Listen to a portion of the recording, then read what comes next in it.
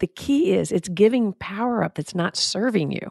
It's being in power. So for those of you that are listening, my hands are over, but when you are in power, in other words, I'm not going to be vulnerable. I'm not going to say, I'm sorry. I'm never giving anything up because I will feel I'm going to lose power.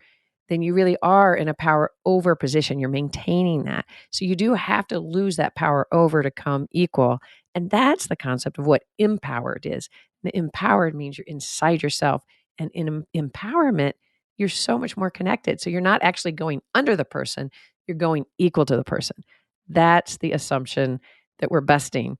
When you give up being in power, you don't go under, you go more even. And that's the beauty. So let go of that assumption.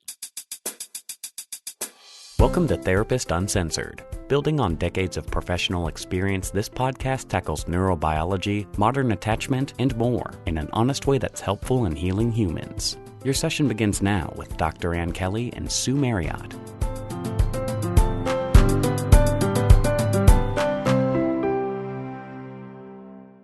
Hey, everyone. Thanks for joining us. I'm Ann Kelly. And I'm Sue Marriott. And today's episode, we are going to just cover some nitty-gritty, kind of concrete, easy stuff. It's easy, problematic stuff. Let's talk about the assumptions. We all make different assumptions based on our own projections of what we feel on other people. And let's talk about assumptions that can just kick us in the butt that we don't even know are doing that because they're just our assumptions, right? Right. So first one that I was thinking about, have you ever not asked somebody something because you think, well, if they wanted me to know, they would tell me. Yes. Yeah. If they wanted to talk about it, they would, or I don't want to make them uncomfortable by asking them a question. That's a great one to start with because you can feel the projection in that. Some of us would think that, some of us, it would never cross our mind. We would be prying maybe at nausea, but there's a projection there, right? And that likely comes from individuals who feel a little reserved about having questions asked and have intimacy coming towards them, so that because it makes them uncomfortable or it makes you uncomfortable, it's very easy to project that out on everybody. If they want me to know, they're going to tell me. I'm not going to ask. That's prying. Right. So what we're here to tell you is that while there may be circumstances that that's true, in general, it is better to ask. And this is why, that you are indicating a couple of things. You're indicating interest in the other person. They don't know that you're curious about whatever it is that you're thinking about that you're not asking. And almost everybody likes that. They like to talk about themselves and they like somebody being interested in them. And then two, even if they don't want to talk about it, you're trusting them to set that boundary. You're trusting them that they can say no. And my guess is if you're not used to asking questions, you're probably not going to ask that intrusive of a question. It's probably going to be just something pretty minor. And the reason that we want to really kind of shake this up is because you could be unintentionally propagating this neglect that maybe you've been through or that you're with your relationships, because you're basically requiring the other person to know that you're interested, to know that they want to talk about it, to risk bringing it up without even being asked. So you're putting a whole lot of emotional labor on the other person and you don't even know it. You're not meaning to, you're trying to be polite. Yeah, you're trying to go about what you want. You think it would be easier. Again, getting back to the fact that it's based on projections rather than, and if you feel like, I think you brought up, if you ask them, and if it is too much, you want to trust them that they're going to speak up. But maybe you're nervous about that. Maybe, so you could actually start with that. Hey, I was curious about, do you feel comfortable talking about that? Hey, I would really want to know, blah, blah, blah. Are you comfortable talking about that? You get to ask. You get to put it in there. You get to insert. Sometimes I'm worried about asking because I think I'm prying. You can put in your negative assumptions or your assumptions, throw it out there.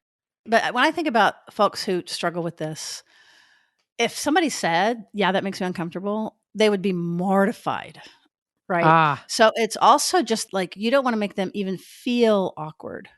Right. So again, this goes to our point, which is just that typically it's going to be kind of an intimacy hiccup, as you like to say, Anne. I have a hiccup there. It's an intimacy hiccup for you. And again, we're promoting awkward conversations. We're promoting awkward moments because even if that's messy, it's moving in the direction of interpersonal relating, which is better than sitting back in our safety zone and not getting closer with anybody and not letting anybody know that you're interested in them. And one of the things to get there too in that situation is you have to find your interest. Oh, yeah, that's true. You actually have to be interested. Another assumption could be that you're next to or around somebody, but you're in your own space, and a presumption is they are too.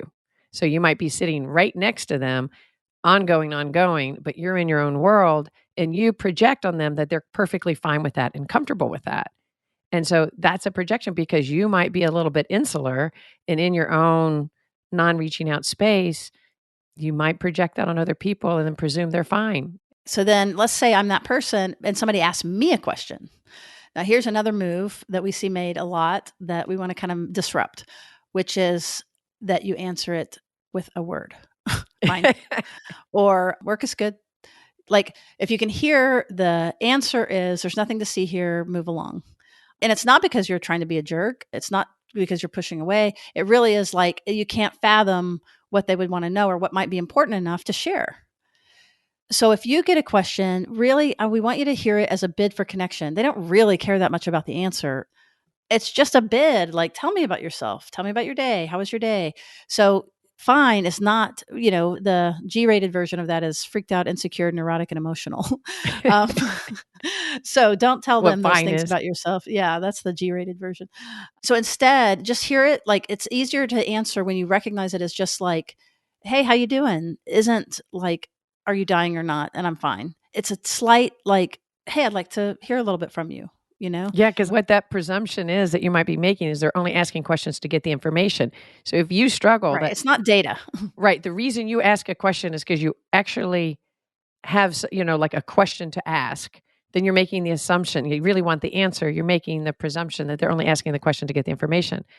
When really what we're talking about in this whole idea of secure relating in general is having interest in the other person and feeling the mutuality back. So finding your curiosity, accessing that, really, really important. Totally. What's another one? So another one is the other side of that. And that is if you have an intense feeling and you feel like you need to get it worked out, there's the assumption that the other person, because you're feeling so big, the other person needs to stop and make that happen for you. And that is an assumption that you're feeling this pressure.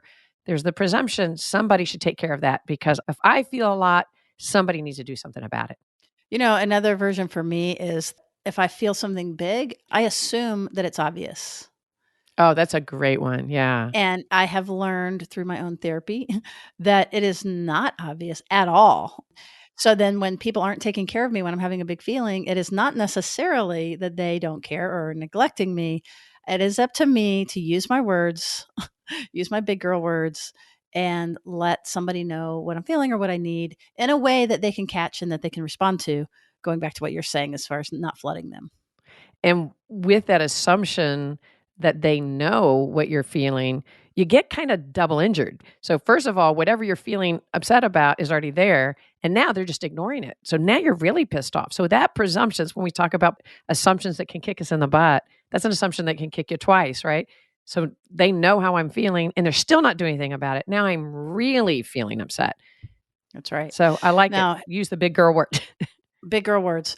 So another one that we see often is when somebody does begin to have close enough relationships to get feedback, which is good, then they misinterpret that feedback.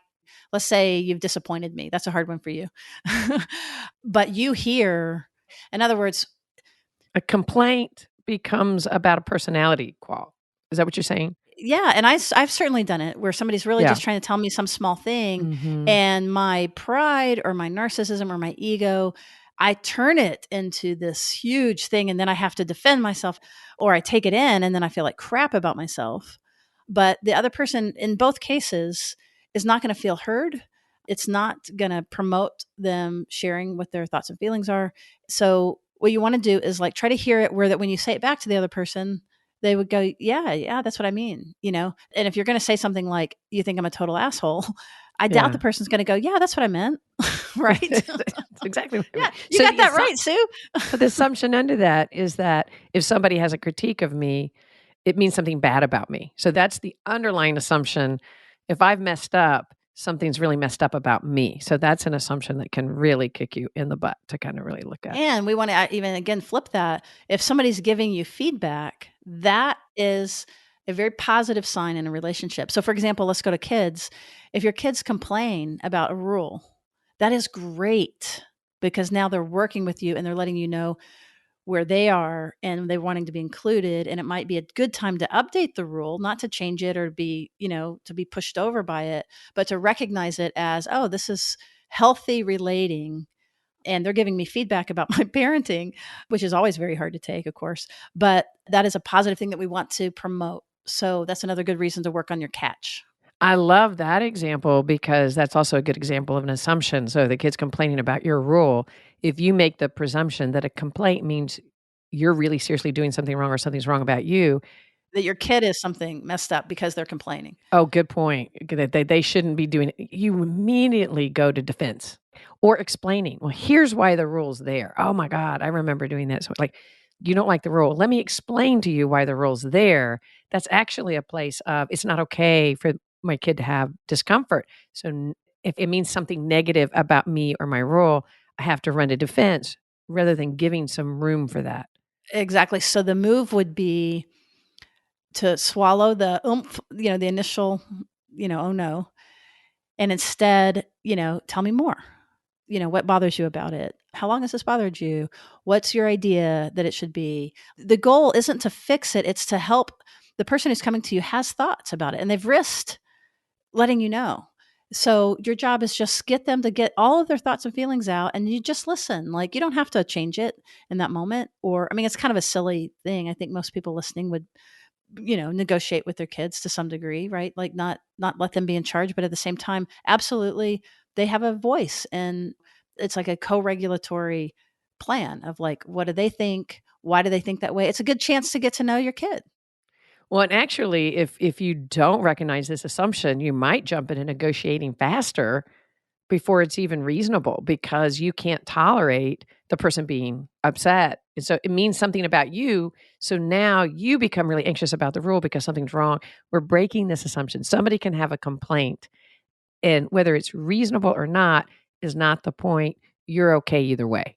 The assumption is somebody having a complaint, you're okay either way. You're already okay. You've got this. That's a great one. That again, hand over your heart. You're human, and you're absolutely already okay, and you have the resources to manage this. What's another one, Ann? So another assumption I think that we can run the risk of doing is if I work really hard to do something pleasing to you, you're going to appreciate it. You're going to love me more. You're going to have some level of more appreciation for me. So by pleasing you, I'm going to be noticed. And that is actually an assumption that a lot of people fall under that really kicks them in the butt because it's like, okay, I keep doing all this pleasing and you're not noticing. The pleasing isn't always going to be what gets you noticed. And honestly, it's not always what's going to get you respected if you're kind of invisible in that request. So pleasing more, whether it's your children or your friends, being overly pleasing does not correlate with being necessarily valued more. It absolutely doesn't. And as a matter of fact, if you're the recipient of someone's kind of pleasing behavior, it doesn't promote intimacy. Like you said, it can make them invisible because they're invisible to themselves to some degree because they're not noticing the cost of them giving. But usually it's not really what the person wants.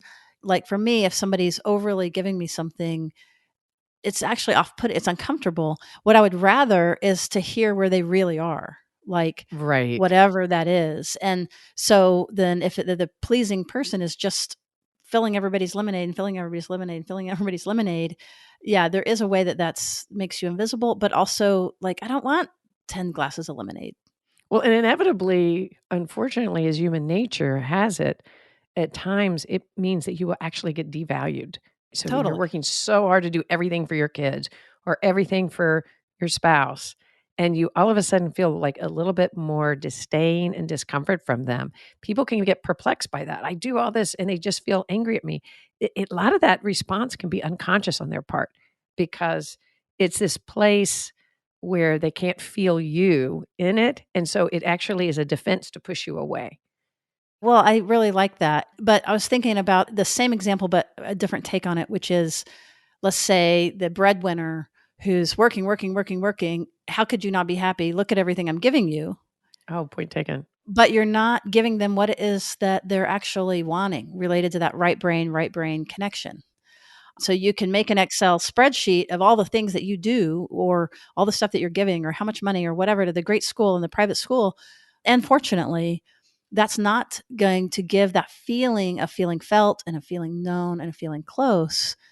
But it might be just kind of what you know to give. I get that. But then it's like, okay, then take the responsibility of learning what this right to right looks like. And guess what? You're going to have to do less of some things and more of other things that actually might be harder for you, but about being with them, being with your people. So the assumption that we're busting on that one is if I'm a great provider, that's all I need to do.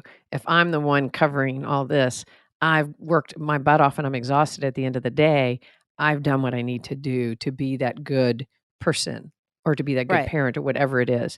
And so that assumption, what you're saying is checking that actually is an assumption based on your own projections of what your value What you're is, not really on what the value is in the relationship. So I think that's what we're talking about as the core of this is that think about your assumptions and where you come from and that impacts every one of your relationships, those assumptions, but you got to question them and then have mutuality in asking, hey, my assumption in this business relationship is that I'm going to be doing A, B, and C, and that's what's good for you. And asking that question could really, like, I'm going to tell you what my assumption is, not in the middle of a conflict. I'm going to say, here's my assumption.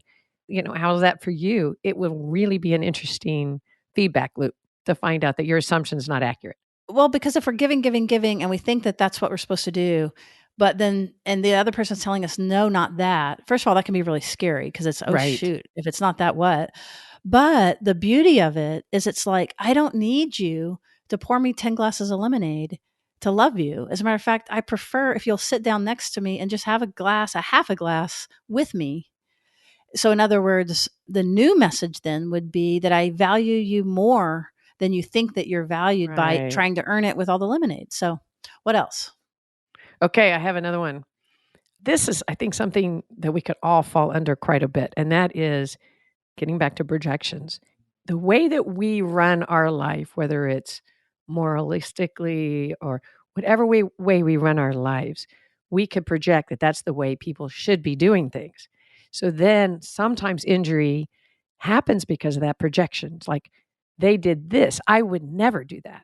Right. So the assumption is I would never do that. Like what? What's a good example? Well, the underpinning of this is that we can get much more hurt by somebody's behavior based on our own assumptions of how it would feel. Like one of the example could be, I'm just thinking off the top of my head, and that is like maybe somebody in general is more, I don't know if this is a good example, more introverted, and somebody comes in and they does a lot of greetings, and the other person doesn't greet back very much, like is kind of a minimalistic greeter back. And it's like, I would never do that. If I went in and said hello, I would always give it a response back. And so what we're basing it on is our assumptions of the way the world works.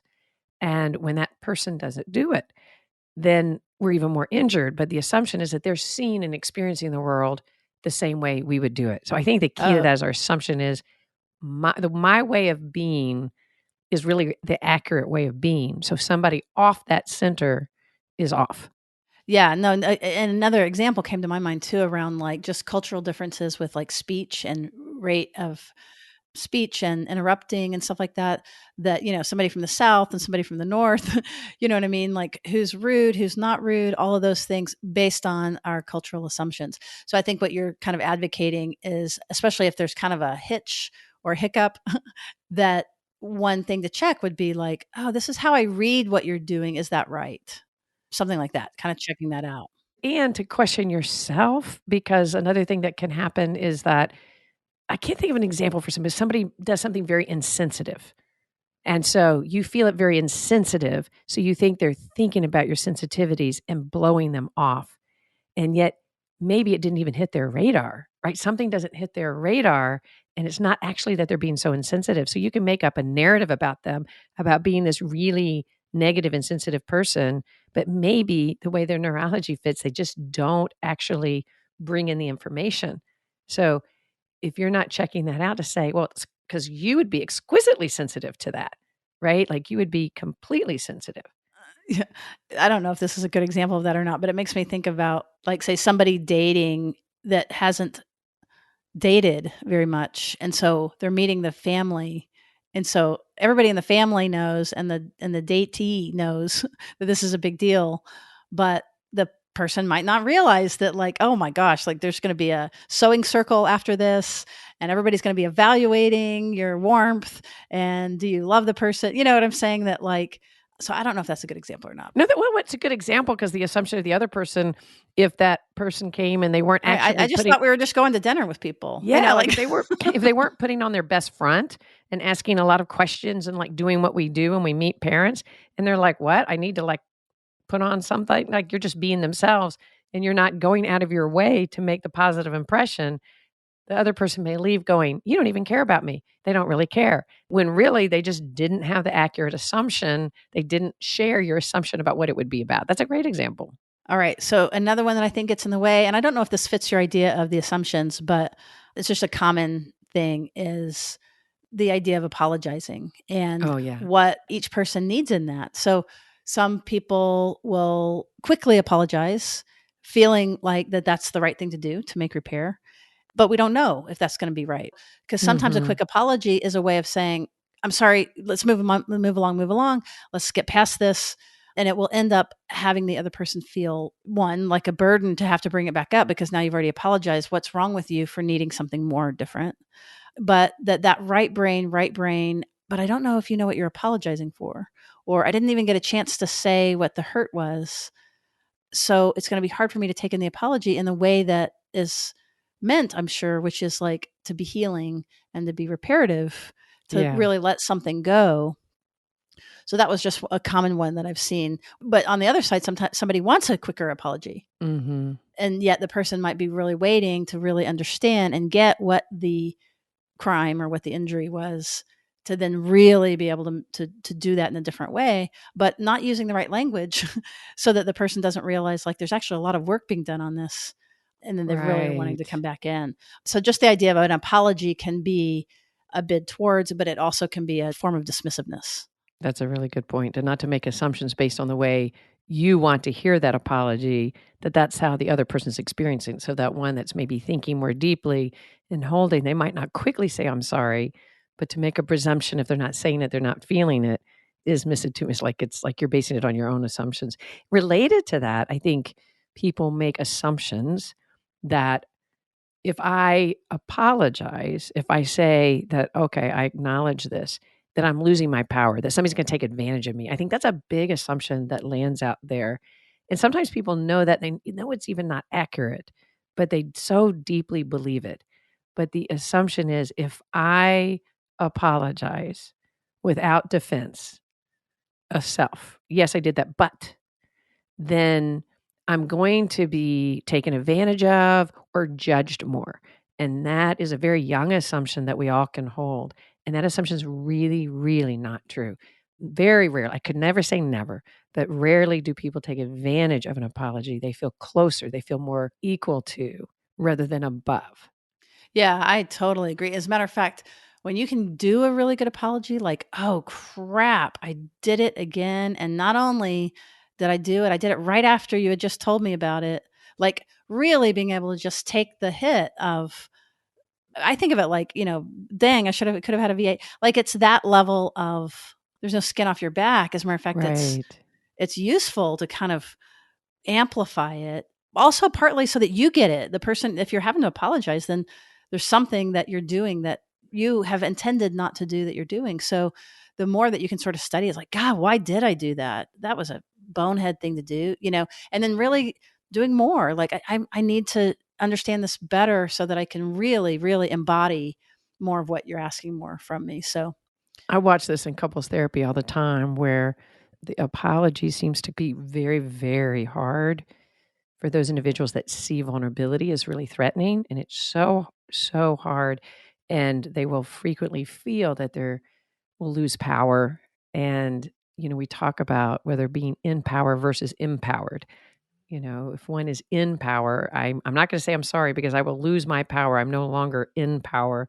And we talk about actually being empowered with an EM. Empowered means kind of being more equal and more connected and shared. And we'll notice that when we really help somebody say, I'm sorry, you look over and the other person relaxes and the warmth and the affection just kind of exudes. And they're like, can you take that in? And it takes time after time after time before that person's body who believes that they're losing power starts to believe it. And the more that they're able to experience it, it really does rewire. That is a rewiring. That is a really great example, Anne. And the thing is that the power does need to be lost. Like there is a power over there. So there's a reality to that. You do have to lose something. You have to give something up to get this greater thing. But the reason you're doing it is for that beautiful softness and that right to right relating that then is way better than being in control and being on top. I love what you just said, though, because it is giving power up. But the key is it's giving power up that's not serving you. It's being in power. So you are, for those of you that are listening, my hands are over. I forget now that we have the visual that you all can't see it. But when you are in power, in other words, I'm not going to be vulnerable. I'm not going to say, I'm sorry. I'm never giving anything up because I will feel I'm going to lose power. Then you really are in a power over position. You're maintaining that. So you do have to lose that power over to come equal. And that's the concept of what empowered is. The empowered means you're inside yourself. And in empowerment, you're so much more connected. So you're not actually going under the person, you're going equal to the person. That's the assumption that we're busting. When you give up being in power, you don't go under, you go more even. And that's the beauty. So let go of that assumption. That's a good one. Shall we end on that one? I like it. Let's end. Yeah, we could go many more, but let's make this a short one. Give everybody a break. Well, thank you guys for listening. And I really do love ending on that because it's a big one related to moving out of this. Again, it's a more insecure place that when you're power over, it's actually, you've got people gunning for you. You know what I mean? It's a hierarchical system and it's just a matter of time. And there's going to be somebody on top of you too, probably, and on top of them. Yes. And it's a dangerous system versus this empowered, like you're saying. That's why, like, I think ending there and letting people just kind of relish that thought and having those kinds of relationships, you know, cultivating those relationships in all of your worlds, your schools and your workplaces. That's our note of today. Think about empowerment. Empowerment. That's right. Yeah, I like that. Awesome. For sure, you guys, we could use a rating and review that helps other listeners find it. And that's what we'll be asking for today. And if this brings value to you, your loved ones, to your clients, think about joining our community. Go to Therapist Uncensored /join and become a supporter of our show. Not everybody can do that. We completely understand this. We are committed to getting this stuff out free every single time. But if it has meaning to you and you can afford it, it would mean a lot if you could jump on to Therapist Uncensored /join and get ad-free listening to boot. That's right. It's as little as $5 a month. Okay. Thanks, Anne. This was fun. It was. All right. Thank you. And we'll see you around the bend.